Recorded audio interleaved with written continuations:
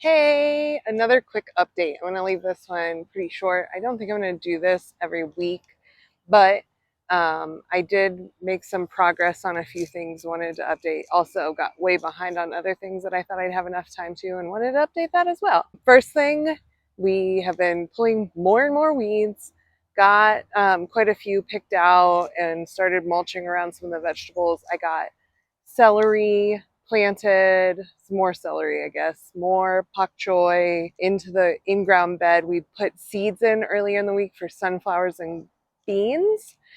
But I really thought I was going to be able to get like tomatoes in the ground and other things, but the weeding just took up so much time. I didn't have that much free time unless I wanted to be working into the wee hours, which I don't because we've got lots of flies, lots of mosquitoes and ticks. Every day I've come out, I've pulled ticks off me, so that is a little bit worrisome. But we're also harvesting a lot of radishes, a lot of lettuces. Almost every night this week we've had salads, so that's been fun. Where the chicks are getting really, really big. Hold on, let me take this hat off. I bet this mic is making a lot of noise. All right, that's better. So anyways, the chicks are getting very, very big. We've been letting them out during the day and then bringing them into the brooder to sleep at night. And I joked that they are like goldfish and they grow to the size of their tank because they have just taken off. They're about 7 weeks. And we started building this A-frame here. And I believe that last week I said that I wanted to have chickens and meat chickens, which I actually meant to say turkeys and meat chickens. That's something we've been researching down the line, not in the next year, but we've got our hands full here.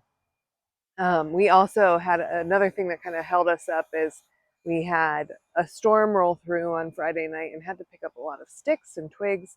Luckily, we didn't have any damage. We did have someone come out and take care of all of our trees before we moved in.